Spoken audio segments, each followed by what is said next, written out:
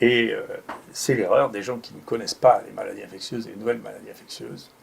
Donc, ce qui montre bien qu'il y avait un déficit vraiment important en termes de conseils et de réflexion, parce que c'est pas comme ça. Voilà. Chaque maladie nouvelle est différente.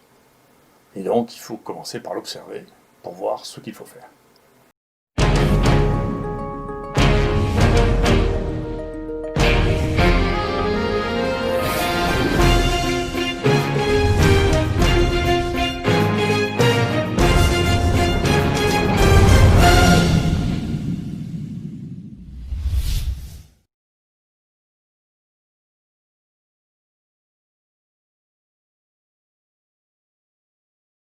Professeur Didier Raoult, quelles sont les leçons que l'on peut tirer de l'observation des malades et de la thérapeutique du Covid-19? Bien, sur la première partie, je pense qu'il y a eu une erreur très importante qui a été commise dans tous les pays développés, et probablement qui n'est pas exclusive à la France, hein, qui est que, ne connaissant pas le Covid-19, les ministères, les administratifs, l'OMS a pris comme modèle la grippe, en particulier le plan grippe du CDC de 2017, et considéré qu'on allait être comme dans le cadre de la grippe. Et c'est une erreur fondamentale, et c'est l'erreur des gens qui ne connaissent pas les maladies infectieuses et les nouvelles maladies infectieuses. Donc, ce qui montre bien qu'il y avait un déficit vraiment important en termes de conseils et de réflexion, parce que c'est pas comme ça. Voilà. Chaque maladie nouvelle est différente. Et donc, il faut commencer par l'observer pour voir ce qu'il faut faire. Et bien entendu, ça signifie que, de la même manière, aucune maladie nouvelle on ne peut jamais prédire ce que va devenir une maladie nouvelle. C'est impossible. Donc, les prévisions sont fausses, et les stratégies que l'on base sans avoir eu le temps d'observer les choses sont fausses, par définition.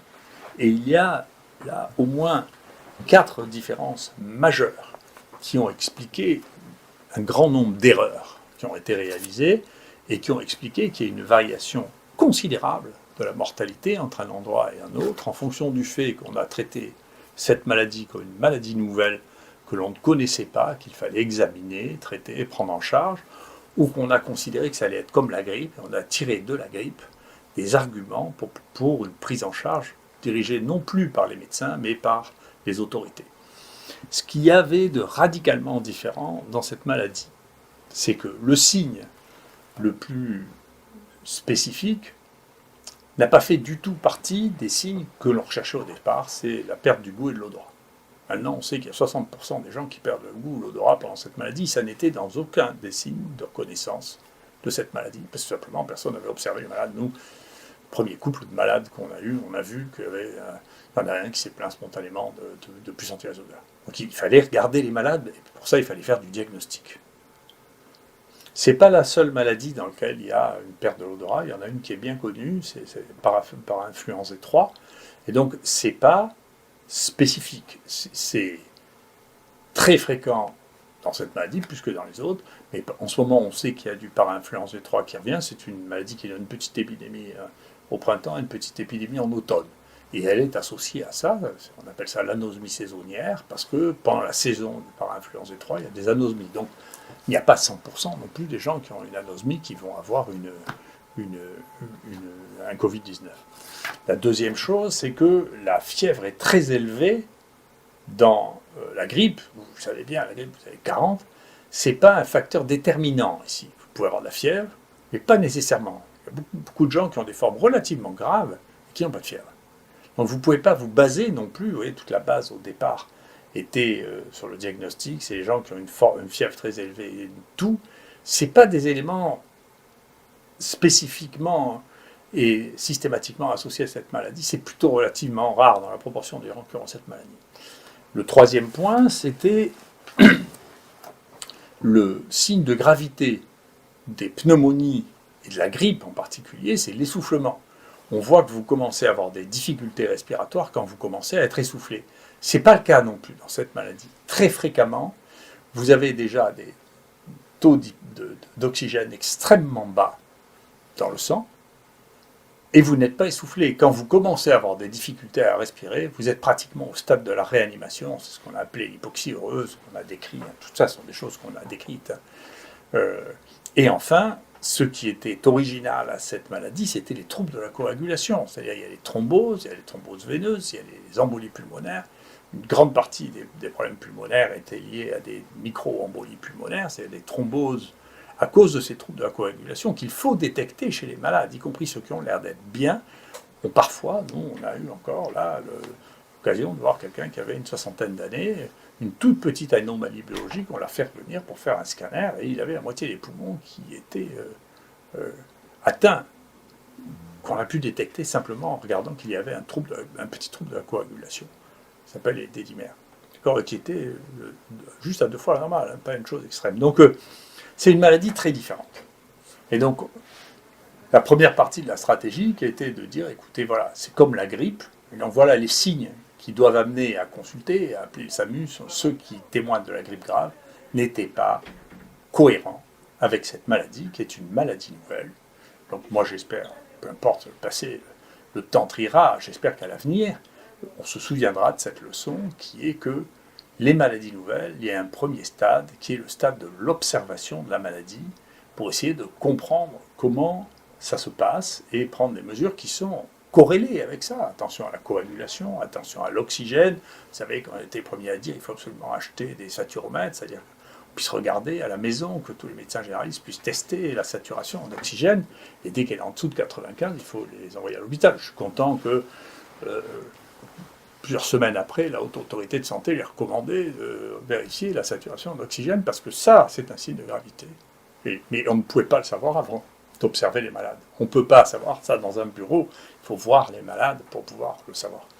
Et ensuite, à partir de ces données, nous, on a collecté ces papiers qu'on a fait, qui nous a amené à faire une revue qui a été acceptée, qui va être publiée. Ça sera la deuxième revue de cette nature-là, avec une revue qui est sortie dans l'American Journal of Medicine, qui explique les différentes phases de la maladie et qui y met la place de l'hydroxychloroquine. Donc, je ne sais pas, ces 2 papiers de revue internationale qui montrent que l'hydroxychloroquine est utilisable à un stade ou à un autre. Alors, ces différents stades sont le premier stade est un stade où c'est le virus qui se multiplie.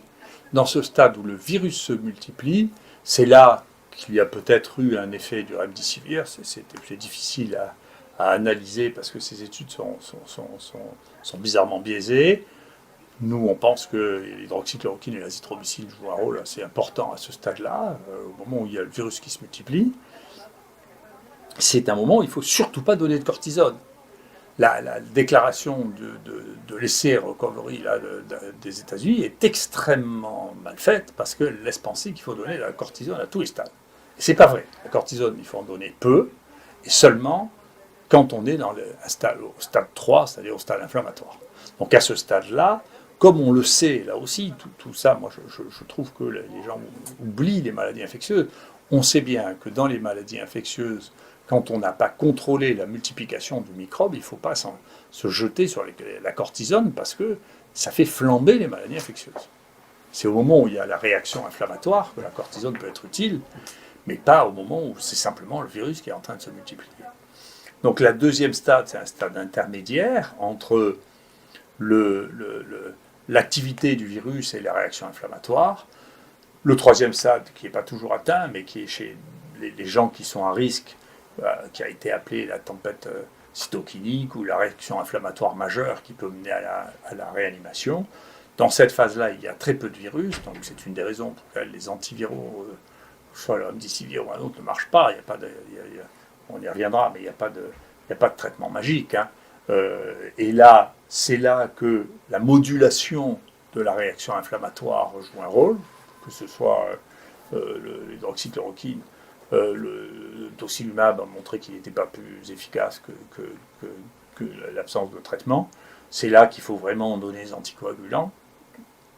Et c'est là que la cortisone peut être donnée, mais à des doses raisonnables, c'est-à-dire soit 6 mg de dexaméthasone, soit 40 mg de soluprel. On n'utilise pas la dexaméthasone. Et ça améliore dans cette phase le pronostic. Et puis la quatrième phase, c'est la qualité des soins. Parce qu'à ce stade-là, on a un stade lésionnel et il faut que les réanimateurs aident à passer le cap de la réparation de cette maladie. Donc cette réflexion, on l'a amenée sur maintenant le nombre de malades qu'on a eu. On a eu 1800 patients hospitalisés. On a fait une très grosse étude de 3700 personnes dans laquelle il y a 1 million de données. Cette étude va être rendue dans la semaine qui vient entièrement disponible pour tout le monde. C'est la seule étude qui soit pour l'instant disponible, hein, qui sera disponible pour que les gens travaillent sur ces données parce qu'on est incapable d'analyser absolument toutes les données qu'il y a là-dedans. Il y a tellement de données que chacun pourra tester une hypothèse sur ces données et puis faire d'autres travaux scientifiques parce que la science c'est comme ça, on partage les données et puis tout le monde peut vérifier que c'est vrai, que c'est pas vrai, que les conclusions qu'on a tirées sont exactes ou pas. Mais donc voilà l'état de la situation. On ne traite pas de la même manière au début, à la fin, les patients qui ont cette maladie. On ne peut pas deviner ce que vont être les symptômes ou la présentation clinique d'une maladie que l'on ne connaît pas, donc on ne peut pas restreindre, c'est ce qui a été fait, hein, l'accès au diagnostic à des gens qui ont un tableau de grippe grave, parce que c'est pas comme ça que ça se présente. Et enfin, on apprend au fur et à mesure, et la qualité des soins maintenant, avec une prise en charge précoce, avec l'oxygène, avec les anticoagulants, avec, nous ici on pense en plus le traitement qu'on donne, mais y compris si on ne donne pas ce traitement-là, c'est beaucoup amélioré du fait qu'on connaît mieux la maladie, hein, et que donc avec une prise en charge correcte, en principe il ne devrait y avoir que des gens, qui ont des facteurs de risque considérables et donc une espérance de vie faible qui devraient mourir de ça. Pour les autres, c'est seulement des cas exceptionnels. Nous, dans toute la série qu'on a, il n'y a que 2 personnes dont on ne comprenne pas pourquoi ils sont morts de cette maladie. Les autres avaient des polypathologies, des maladies qui faisaient que de toute manière leur espérance de vie était limitée.